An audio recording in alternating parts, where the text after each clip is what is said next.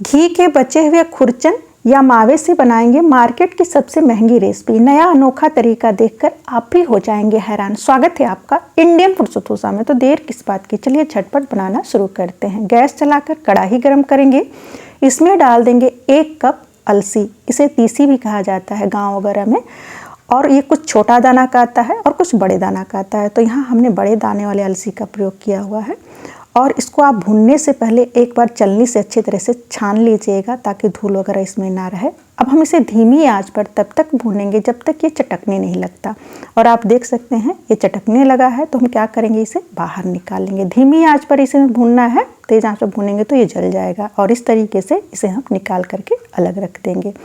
अब इसी कढ़ाई में हम डाल देंगे 1 कप ये फूल मखाना, जिसे तल मखाना भी कहा जाता है। और इसे हम धीमी आंच पर तब तक भूनेंगे जब तक ये बिल्कुल कड़क नहीं हो जाता। इसमें अभी हमें देसी घी का प्रयोग नहीं करना है, धीमी आंच पर भून लेना है। अब इसमें हम डाल देंगे 1 इंच दालचीनी का टुकड़ा और इसे भी साथ में गर्म कर लेंगे, यानी कि भून लेंगे। अब इस मखाने को इस तरीके से तोड़ करके हम देखेंगे तो ये देखिए हाथ से अच्छी तरह से टूट जा रहा है। और 1 से 2 दानों को इस तरीके से आप चेक कर लीजिएगा, क्योंकि कुछ दाने छोटे होते हैं और कुछ दाने बड़े होते हैं। तो 1 दाने हो जाएंगे, 1 दाने नहीं होंगे। तो इस तरीके से आप 2-3 दाने को चेक कर लीजिएगा और निकाल लीजिएगा। अब इसमें हम डाल देंगे आधा कप ये तरबूज के बीज और इसे हम धीमी आंच पर चटकने तक भून लेंगे। अब आप देख सकते हैं ये चटकने लगा है, यानी कढ़ाई से उछाल मारने लगा है। इसे हम बाहर निकाल लेंगे और इसे भी हम ये अलसी में रख देंगे। अब यहाँ हमने थोड़ा सा काजू, थोड़ा सा बादाम और 2-4 अखरोट लिया हुआ है। इसे भी हम धीमी आंच पर भून लेंगे। सभी चीज़ों को हमें धीमी आंच पर भून लेना है और इसे निकालते जाना है। और यहाँ हमने ये पम्पकिन सीड और थोड़ा सा सनफ्लावर सीड्स वगैरह लिया हुआ है। तो आप जितने भी ये बीजों वाले नट्स हैं या फिर मेवे हैं आप ले सकते हैं, या फिर आप इसे स्किप भी कर सकते हैं। लेकिन इसको आप प्रयोग आप ज़रूर कीजिएगा, इससे हमारी रेसिपी काफ़ी टेस्टी बनेगी। इसे हम धीमी आंच पर तब तक भूनेंगे जब तक ये फूल नहीं जाते। तो इस तरीके से आप देखेंगे ना ये फूल जाएंगे और थोड़े से इसका कलर चेंज हो जाएगा। तो इसे भी हम बाहर निकाल करके रख देते हैं ठंडा होने के लिए। और इस तरीके से आप देख लीजिएगा। अब ये मखाना ठंडा हो गया तो इसे मिक्सी जार में डालकर सूखा पीस लेंगे। और इस दालचीनी के टुकड़ों को हम बाद में बारीक पीस करके डालेंगे। तो इस तरीके से इसे हम दरदरा सा पीसेंगे। बहुत ज़्यादा हमें बारीक पाउडर नहीं बनाना है। इसे मैं आपको इस तरीके से दिखा रही हूँ। इस तरीके से देखेंगे ना तो कहीं कहीं बादाम के टुकड़े आपको खड़े दिखेंगे। इतना ही इसे हमें दरदरा सा पीसना है। अब इसे बर्तन में निकाल लेंगे। साथ में इन बीजों को भी हम इसमें डाल देते हैं। बहुत ही शानदार सी रेसिपी बनकर के तैयार होती है। वीडियो को लास्ट तक ज़रूर देखिएगा। और यहाँ हमने लिया है ये 100 ग्राम गुड़। तो ये देसी गुड़ है। आप चाहे तो मार्केट का जो पाउडर वाला गुड़ आता है उसका भी प्रयोग कर सकते हैं, लेकिन इस गुड़ का आप प्रयोग करेंगे तो ये रेसिपी काफ़ी टेस्टी बनेगी। इसे हम इस तरीके से चाकू से बारीक काट लेंगे ताकि हमें मेल्ट करने में आसानी रहे और जल्दी से ये मेल्ट हो जाता है। तो इस तरीके से सारे गुड़ को हमने काट लिया। और यहाँ हमने ये लिया हुआ है थोड़ा सा खजूर, काफ़ी सॉफ्ट खजूर है। इनके बीजों को हम निकाल देंगे। तो इसमें हम चीनी का प्रयोग नहीं करेंगे। आपके पास खजूर नहीं है तो इसकी जगह पर आप केवल गुड़ का ही प्रयोग कर सकते हैं। अगर आपको गुड़ पसंद नहीं है तो फिर आप चीनी का प्रयोग कर लीजिएगा। और इस तरीके से हम थोड़ा सा इसे मैश कर देंगे। गैस चलाकर कढ़ाई को दोबारा गर्म करेंगे। अब इसमें हम डाल देंगे 1 चम्मच देसी घी। और यहाँ हमने 1 कप ये ग्रेट किया हुआ नारियल लिया हुआ, इसे डाल देते हैं। आप नारियल पाउडर का भी प्रयोग कर सकते हैं। थोड़ा सा इसे हम भून लेंगे धीमी आंच पर। बहुत ही जल्दी ये भून जाता है। और इसमें हम डाल देंगे 1 छोटी कटोरी, यानी कि 20 से 25 दाने किशमिश। और इसे भी हल्का सा गर्म कर लेंगे। जैसे ही थोड़ा सा इसका कलर चेंज हो जाएगा इसे हम बाहर निकाल देंगे। दोबारा से 1 चम्मच देसी घी डाल देते हैं। थोड़ा थोड़ा देसी घी डालते जाना है और इन मेवों को थोड़ा थोड़ा हम भूनते जाएंगे। तो ऑलरेडी ये पहले से थोड़े से भुने हुए हैं, लेकिन इसे हम देसी घी में भून देंगे तो इसका स्वाद और बढ़ जाएगा। भूनने के बाद इसे हम निकाल लेंगे। 1 चम्मच देसी घी और डालेंगे और ये कद्दूकस किया हुआ गुड़ डाल देंगे या फिर कटा हुआ गुड़ डाल देंगे।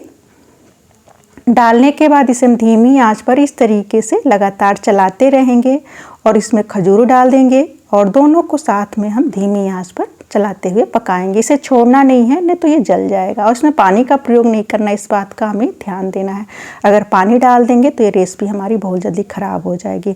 और यहाँ हमारे पास ये देसी घी का खुरचन बचा हुआ है, इसे डाल देते हैं। एक दिन पहले हमने देसी घी बनाया था, उसका खुरचन है, तो अब बहुत ज़्यादा दिन पहले का खुरचन रख करके प्रयोग नहीं कीजिएगा, नहीं तो ये रेसिपी उतनी शानदार नहीं बनेगी।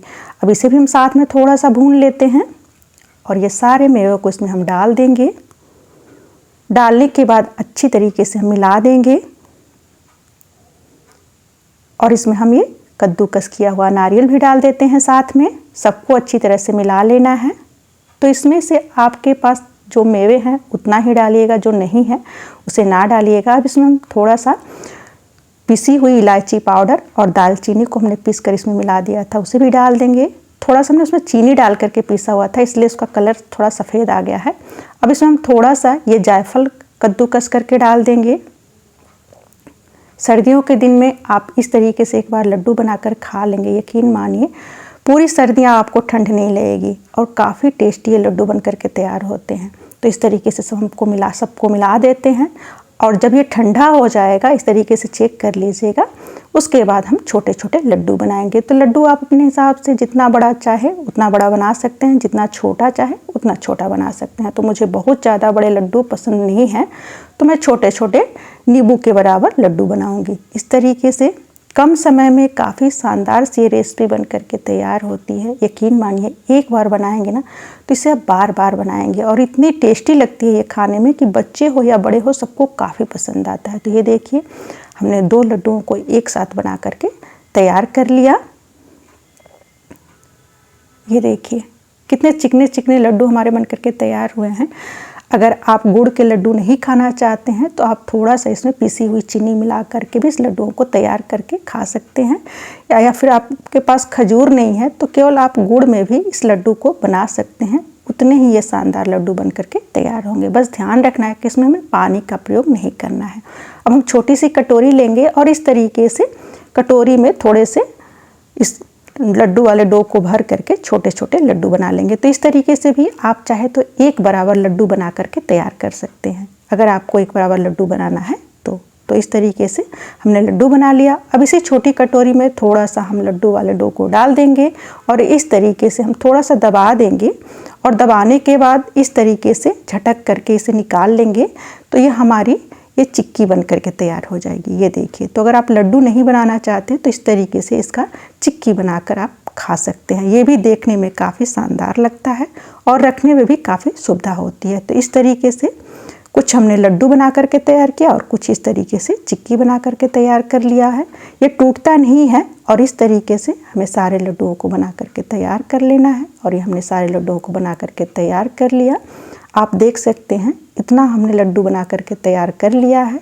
तो इसे रखने के लिए इस तरीके का आप कोई सा भी डब्बा ले लीजिए। तो यहाँ हमने मिठाई के डब्बे में ये रैपर था, उसमें ही ये लड्डू को सेट कर दूँगी ताकि हमें रखने में भी आसानी हो।